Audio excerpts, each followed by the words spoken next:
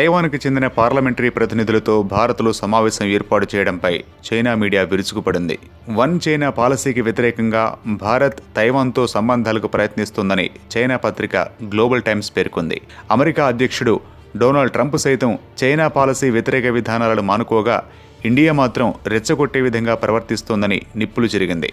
Bharat Taiwan, దక్షిణ China సముద్రం, Dalai Lama సమస్యలను తమకు అనుకూలంగా మార్చుకోవాలని చూస్తోందని మరో చైనా పత్రిక పీపుల్స్ డైలీ పేర్కొంది. తైవాన్ సమస్యను వాడుకోవాలని చూసిన వారు తీవ్రంగా నష్టపోతారని హెచ్చరించింది.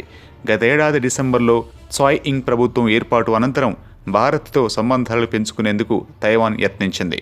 తైవాన్లో భారత ఎంబసీ లేదు. కేవలం ఇండియా తైపీ అసోసియేషన్ ద్వారా మాత్రమే రాజకీయ, వ్యాపార సంబంధాలు కొనసాగుతున్నాయి.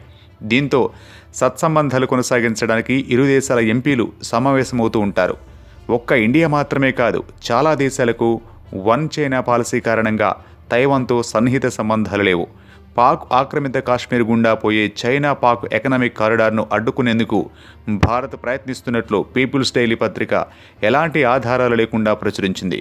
చైనా వన్ ఇండియా పాలసీని అనుసరించాలంటే భారత్ వన్ చైనా పాలసీపై తమ నిబద్ధతను చూపాలని గతంలోనే మోదీ ప్రభుత్వానికి చెప్పినట్లు చెబుతుంది. అయితే భారత్లో తైవాన్ పెట్టుబడులు క్రమంగా పెరుగుతున్నాయని, అది చైనా కన్నెరకు కారణమయ్యే అవకాశం ఉందని భారత్ నిప్పుతో చెలగాటమాడుతున్నట్లుగా తెలుస్తోంది.